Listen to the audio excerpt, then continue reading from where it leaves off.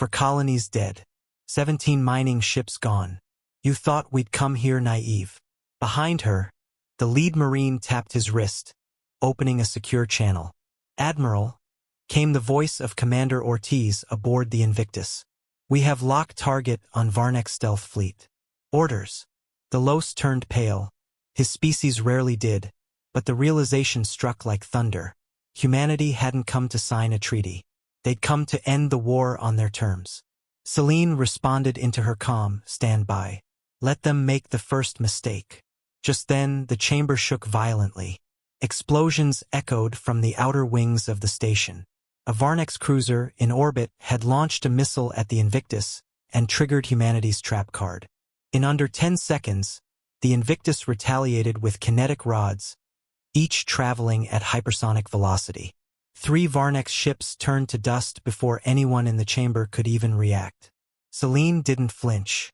"This isn't diplomacy anymore," she said. "This is retribution." The Marines opened fire, not on civilians but on armed guards. Precision shots. No waste. No mercy for those who plotted genocide under the guise of peace. Within minutes, the chamber was secure. Celine approached the stunned ambassador. "You underestimated us," she said quietly. "You mistook restraint for weakness." The Los slumped in defeat, clutching his bleeding side. "You're monsters." "No," she replied. "We're human, and we remember everything." Back aboard the Invictus, the galactic broadcast began. A human officer appeared on screens across dozens of systems. "This is a message to all species of the Concord. We did not want this war. But if peace is a lie and treaties are traps, we will not kneel. We will not forgive. And we will not stop." The camera shifted to Celine, now back on the bridge. She stood tall, the stars behind her. "We came armed," she said. "Because we've learned, peace only works when your enemies believe you can burn their worlds to ash." The message ended.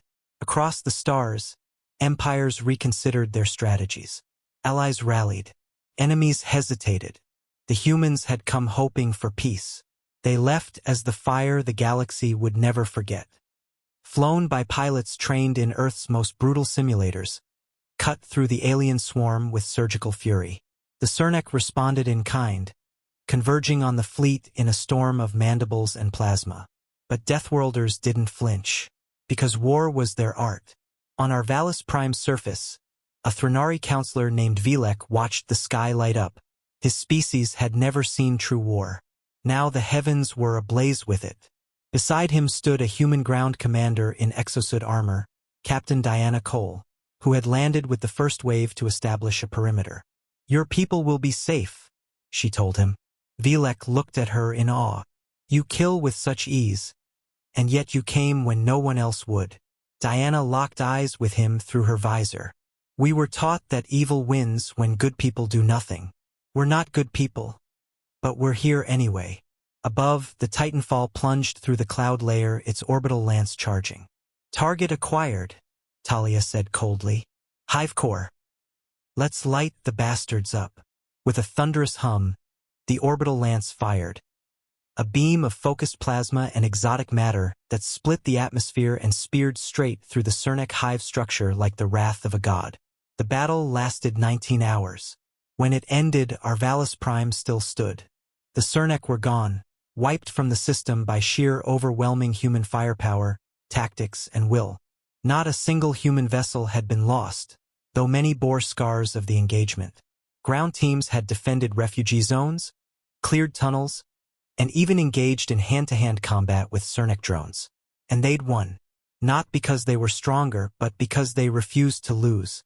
A week later, as human ships departed orbit, Counselor Vilek stood before the fleet in an interstellar broadcast.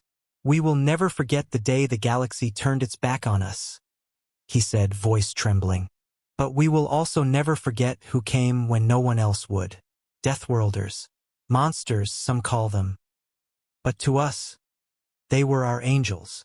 Back on Earth, in a darkened command center, a news feed blinked alive. The anchor's voice rang with disbelief. "Human forces responded today to a Threnari distress call. defeating an entire Cernic hive swarm without external assistance.